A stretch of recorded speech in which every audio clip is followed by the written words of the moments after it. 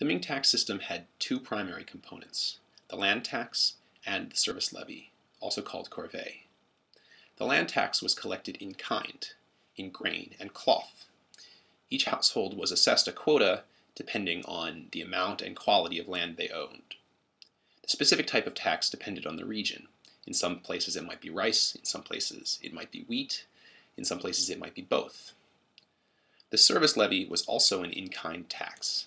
Each household owed a number of days of labor depending on the size of the household, its wealth, and its capabilities. So literate men might serve as scribes, while illiterate men might cart goods around for the government or serve as door guards or things like that.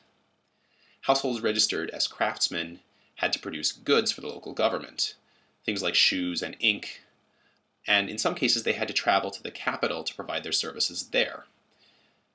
Near major public works, this corvée labor was often quite heavy.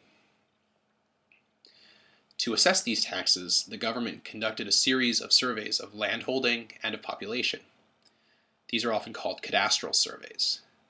These surveys recorded the boundaries and quality of land in books that were called fish scale registers, 鱼鳞册, because the diagrams of landholdings looked like the scales of fish. Population was recorded in another set of registers called 黄册, yellow registers, because they had yellow bindings. Official families, of course, had exemption to both kinds of taxation. This was designed to create self-contained communities wherein the county government, the local military, and public works projects were all supplied locally. To some degree, this reflected the intent of the Ming founder to ground people in communities, but it was also a reflection of the depression of the early Ming. By the 16th century, however, there were some trends that were beginning to cause problems with this system. First of all, the expansion of the market meant that it was often much more efficient for the government to pay for goods or services with cash rather than requisitioning them directly. Second, the government was not very good at keeping up with cadastral surveys, so the recorded population and land holdings no longer really reflected the reality. Finally, official families could use their tax exemption to accumulate very large land holdings. They did this by taking on tenants who, in practice, worked the land themselves, but who placed the land under the name of the officials. In this way, they avoided paying tax and could pay a lower rent to the official family. Starting in the mid-16th century, local officials, mostly in the southeast, began to come up with some new policy solutions to these problems.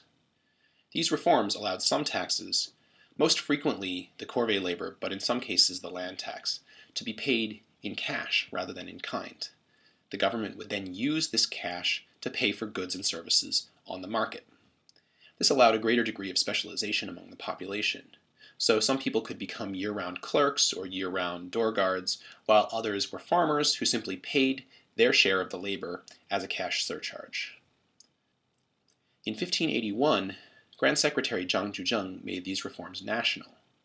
He also ordered a new series of cadastral surveys to make sure that the records of land holdings and the records of population reflect the actuality, and to try to cut down on the dominance of powerful official families. The reforms were highly controversial, and they faced a lot of opposition.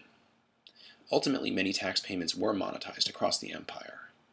This was merely a systematization of a set of reforms that were already underway, and it closely reflected the economic realities of the mid to late Ming.